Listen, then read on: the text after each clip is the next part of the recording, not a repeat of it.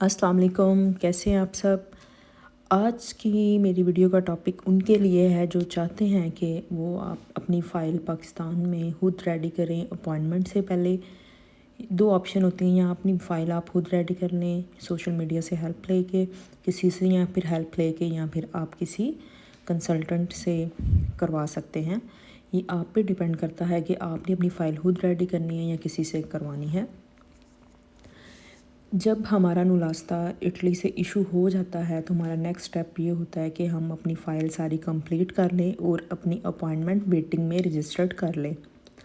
जब हम अपनी अपॉइंटमेंट वेटिंग में रजिस्टर कर लेते हैं तो फ़ौरन हमें अपॉइंटमेंट इशू नहीं की जाती, कुछ टाइम लेते हैं। लाइक नंबर्स पे डिपेंड करता है कि हमारा नंबर कौन सा है।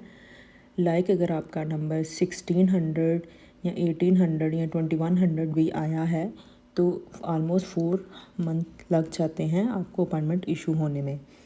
तो इस टाइम के दौरान आपने अपनी फ़ाइल रेडी करनी होती है जो आप अपनी फ़ाइल अपॉइंटमेंट में लेके जाते हैं।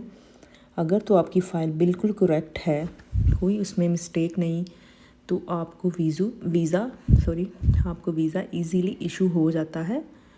मतलब कोई वो आपको लेटर नहीं देते कि ये मिस्टेक है, ये 10 दिन के अंदर अंदर ठीक करके ले आएँ, और वो आपका पासपोर्ट रख लेते हैं और ऑलमोस्ट 2 वीक्स या 12 डेज़ में आपका पासपोर्ट आ जाता है विद वीज़ा स्टैम्प। और अब मैं आपको बताऊंगी कि आप अपनी फ़ाइल किस तरह रेडी करेंगे। फ़ाइल रेडी करने के लिए आपको सबसे पहले, मैं इधर फैमिली वीज़ा की बात कर रही हूँ, आपको इधर आप अपना निकाहनामा देखना होगा, उर्दू निकाहनामा MRC, और इसके अलावा FRC और बर्थ सर्टिफिकेट।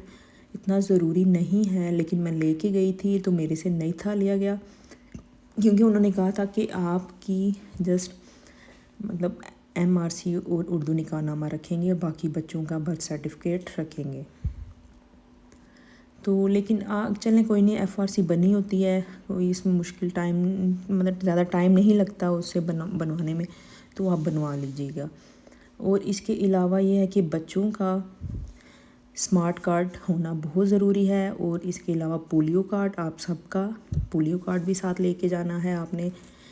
और सबसे बड़ी बात, आपके बच्चों का पासपोर्ट जब इटली में अप्लाई किया होगा तो आपके बच्चे हो सकता है कुछ मंथ के हों, जब पिक्चर लाइक मतलब टोटली अब डिफरेंट आपको अगर पिक्चर लग रही है, आपके बच्चे बड़े हैं और पासपोर्ट थोड़ा पहले देर मतलब कुछ देर पहले का बना हुआ है, तो आप कोशिश करें अपना पासपोर्ट चेंज करवा लें अपने बच्चों का।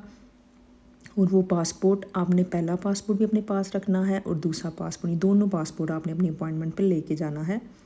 इन केस अगर आपका भी पासपोर्ट अगर शादी से पहले का बना हुआ है तो वो भी आपने अपने साथ रखना है, वो भी अपॉइंटमेंट पे साथ लेके जाना है। और इसके अलावा उर्दू निकाहनामे की बात कर ले, उसमें सारे कॉलम फिल होने चाहिए, कोई कॉलम ब्लैंक नहीं होना चाहिए, उसकी सारी रिक्वायरमेंट फिल होनी चाहिए। और उसे आपने सेक्रेटरी से अटेस्ट करवाना है, उसकी स्टैंप लगवानी है। यूनियन कौंसल से आपने साइन नहीं होंगे, स्टैंप होगी, नंबर होगा सेक्रेटरी का और डेट जिस दिन वो स्टैंप लगाएगा। इसी तरह MRC की बात कर लें, MRC में भी कोई भी रिक्वायरमेंट ब्लैंक ना हो, सारी रिक्वायरमेंट फिल हो, जिस बंदे का ID card number each and everything लिखा हुआ है, आपका एड्रेस सब कुछ बिल्कुल एक्यूरेट होना चाहिए, स्पेलिंग मिस्टेक भी नहीं होनी चाहिए। ये सब कुछ करने के बाद, वेरीफाई करने के बाद आप उसे भी अटेस्ट करवा लें सेक्रेटरी से, यूनियन कौंसल से, स्टैंप, नंबर एंड डेट। ये करवाने के बाद आप बच्चों के बर्थ सर्टिफिकेट की बात कर लें। बच्चों की बर्थ सर्टिफिकेट में ईच एंड एवरीथिंग सारी रिक्वायरमेंट हों, मतलब बच्चे के फादर का ID कार्ड, नेम एक्यूरेट, सब कुछ स्पेलिंग ठीक हो, एड्रेस सब कुछ ठीक हो, तो उसे भी आपने अटेस्ट करवा लेना है सेक्रेटरी से। बर्थ सर्टिफिकेट और ये निकाहनामा आपने अटेस्टेड करवाने हैं, बाकी FRC की कोई ज़रूरत नहीं होती, वो अटेस्ट नहीं करवाते। ये सारी चीज़ें आपने अटेस्ट करवाने के बाद उसे आपने मोफ़ा करवाना है वो इस्लामाबाद, लाहौर, जो उनसे मर्ज़ी सिटी में जो आपके करीब है वो चूज़ कर लें, सेम डे में मोफ़ा हो जाता है। लेकिन मेक श्योर करें अगर आप इस्लामाबाद से मोफ़ा करवाते हैं कि कोई भी बाद में मिस्टेक हो, आपने उसे दोबारा रीस्कैन करवाना है तो आप फिर इस्लामाबाद से ही करवा सकेंगे, इस लाहौर से नहीं। इसलिए आपने वो सिटी चूज़ करना है जो आपके करीब हो। और मोफ़ा करवाने के बाद आपने उसे स्कैन करके चेक कर लेना है वो स्कैन होता है या नहीं होता। फिर उसके बाद आपने अपोस्टाइल करवाना है। अपोस्टाइल आप TCS और लेपर्ड के थ्रू भी करवा सकती हैं फ़ीस दे के। विदिन 10 to 15 डेज़ में आपका अपोस्टाइल हो जाता है। अपोस्टाइल करवाने के बाद भी आपने उसे स्कैन करके चेक कर लेना है मोबाइल की मदद से। अगर वो स्कैन हो रहा है तो वेल एंड गुड, अदरवाइज़ आप फिर उसे दोबारा डॉक्यूमेंट सेंड करेंगे। कभी कभी मिस्टेक हो भी सकती है, इसलिए आप चेक कर लिया करें। इसके अलावा आपने अपने डॉक्यूमेंट्स को ट्रांसलेट करवाना होता है अपोस्टाइल के बाद। ट्रांसलेट करवाना लास्ट स्टेप होता है। अपोस्टाइल करवाने के बाद आपने उसे ट्रांसलेट करवा लेना है। ट्रांसलेट करके आपने अपने सारे स्पेलिंग सब कुछ देख लेना है कि सब कुछ ठीक उन्होंने एक्यूरेट लिखा है। बाकी तो वो अपनी लैंग्वेज में लिखेंगे, लेकिन स्पेलिंग तो ठीक होने चाहिए आपके, जो आपके नेम की स्पेलिंग है। ट्रांसलेट कर लें।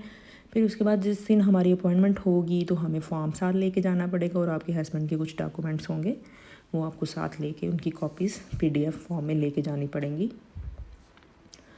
और इसके अलावा ये है कि आपने ओरिजिनल सेट मतलब 2-2 सेट आप बेशक बना के ले के चले जाएं, मतलब सबके साथ ट्रांसलेट हो। जो आपने मोफ़ा अपोस्टाइल करवाया है उन्हें ट्रांसलेट करवा के बच्चों के और अपने भी। और आपको फ़ीस वगैरह भी उधर देनी पड़ती है ऑफिस में जाके जिधर आपकी अपॉइंटमेंट होती है। स्टाफ कोऑपरेटिव होता है काफ़ी। अगर आपने फॉर्म नहीं भी फ़िल किया तो कोई मसला नहीं, वो आपकी अपॉइंटमेंट के दौरान जब आपकी अपॉइंटमेंट होती है तो वो फॉर्म वगैरह फ़िल कर लेते हैं। और इसके अलावा जब जिस दिन आपकी अपॉइंटमेंट होगी तो फ़ोन लेके जाने की इजाज़त नहीं होती। अगर आप ले भी जाएँ तो उधर स्टाफ बैठा होता है तो वो आपका फ़ोन बुक करके आपको टोकन दे देते हैं। जितना टाइम भी आपने उधर रहना है वो आपको फ़ोन नहीं अलाउ करते। हाँ, अगर आपने किसी को कॉल करनी है तो उनसे फ़ोन लेके बाहर आके कॉल कर सकते हैं। और आपको वो टाइम भी देते हैं कि आप ये अगर आप अभी करेक्ट करवा सकते हैं ये डॉक्यूमेंट तो करवा लें जाके। मतलब स्टाफ कोऑपरेटिव था। और इसके अलावा जब आपका पासपोर्ट जमा हो जाता है तो ट्राई करें कि जब 10 डेज़ गुजर गए आपको रिस्पांस नहीं आया और नंबर आपने एक्यूरेट बिल्कुल वो दे के आना है जो ऑन होता है जिसकी सर्विस भी आ रही होती है। और फिर आप BLS कॉल करके पूछ लिया अगर अपना पासपोर्ट नंबर शेयर करें तो फिर आपको गाइड कर देते हैं कि पासपोर्ट अभी आया या नहीं आया या अभी एम्बेसी ही पड़ा है। अक्सर क्योंकि कॉल भी मिस हो जाती है, मेरी मिस हो गई थी तो फिर मैंने कॉल करके 2 डेज़ बाद में, जब मुझे यार आइडिया नहीं था कि उनका नंबर, मैंने वैसे ही वीकडेज़ में कॉल की तो वो कहते हैं आपका पासपोर्ट आ चुका है, हमने तो आपको कॉल भी की थी जो कि आपने पिक नहीं की। तो एक और बात मैंने आपसे करनी थी शेयर। मेरी बेटी छोटी थी, मतलब 2 साल की थी, तो मैं लेके गई अपनी बेटी को तो वो कहते हैं आप अपनी बेटी को क्यों लेके आई, आप अकेली आ जाती। मेरी बेटी की भी अपॉइंटमेंट थी। वो कहते कोई मसला नहीं, हम ऐसे करें बस पिक्चर देखनी होती है, पिक्चर अगर ठीक आप लेके आई हैं, पिक्चर्स भी आपको लेके जानी पड़ेंगी 3-3 वाइट बैकग्राउंड की ईच पर्सन की। तो खैर अब पता नहीं अब कौन सी रिक्वायरमेंट कुछ चेंज ना कर दी हूँ उन्होंने। जब पासपोर्ट कलेक्शन पे भी हम गए थे तो मैं फिर अपनी बेटी को साथ नहीं थी लेके गई, अकेली गई थी, तो उन्होंने इजीली दे दिए थे पासपोर्ट। होप सो आपको वीडियो अच्छी लगी होगी। प्लीज़ लाइक कर दीजिएगा, दुआओं में याद रखिएगा। अल्लाह।